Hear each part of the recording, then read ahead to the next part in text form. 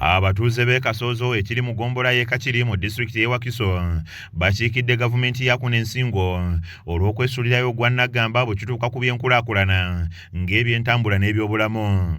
Twagala enguudo ekyo kyandibadde ekyokusatu amasannyalaze tuli bubi. Olaba wali emitala kati Mityana Road mulaba awo nno Mityana Road kati oli Muduuma lusozi luli kati tulengera eri wonna waaka ate kati ffe eri wonna waaka.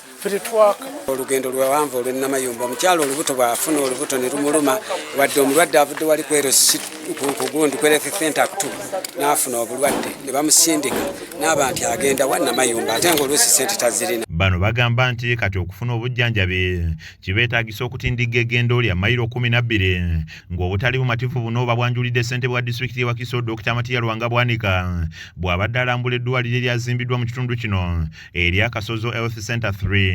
Abatuuze basabye eddwaliro lino liggulwewo kubanga bali bubi nnyo nga bakoma ku kyakulaba bizimbe era nga basabye musibwemu n'eddagala. N'eddwaliro lino nga bagenda kale tebannagenda wala nnyo tubadde twetaaga lisibweko fensi kubanga ffe bw'otolisibaako fensi liba open buli muntu ayite mmanju agira ki ng'abasawo batandise okusulawo. Akulira ebyobulamu mu disitulikiti y'e Wakiso Lugolobe Mathias annyonnyodde ensonga lwaki baluddewo okuggulawo eddwaliro lino omuli obutaba mu masannyalaze amazzi kwosa n'ebirala kyokka n'anenya abaweebwa kontrakiti ey'okuzimba bagamba nti baakola kasoobo. Eyawaayo ettaka okuzimbiddwa eddwaliro lino Kayima Twaha annyonnyodde ensonga eyamuwaliriza okukola kino n'asaba balina obusobozi okuwaayo ebiyamba ekitundu. Ssentebe Dr. Matiya Lwanga Bwanika asiimye omwami Kayima ng'asabye abantu bonna n'okusingira ddala bannabyabufuzi okuggya ebyobufuzi mu nkulaakulana eyamba abantu.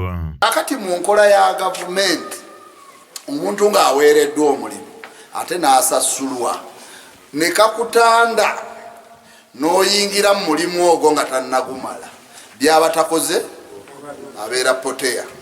Kakati ate kireeta obuzibu kubanga baba tebakyabanja mulala okugyako ffe abaakola ki abaamusasula. Ebintu ebibaweereza n'amakubo mubiggyemu ebyobufuzi kubanga ssente zino zemulaba wano tekuli nnyinizo n'omu. Nange sinza bepankirako wano n'abazimbi eddwaliro kuba si zange zammwe. Alambuludde ekimututte mu ddwaliro lino kyokka n'ategeeza nti mu mwezi ogwokubiri abasawo baakutandika okujjanjaba abantu. Omwali n'olubimbi lwe emirimu egy'amasomero enguudo malwaliro mirimu gyaffe ffe abaloko gavumenti bwe giba giremye ffe. Teriyo mubaka avunaanyizibwa kulima kkubo. Kizza Peter yakusakidde eggulire lino ku KSTV Agalero.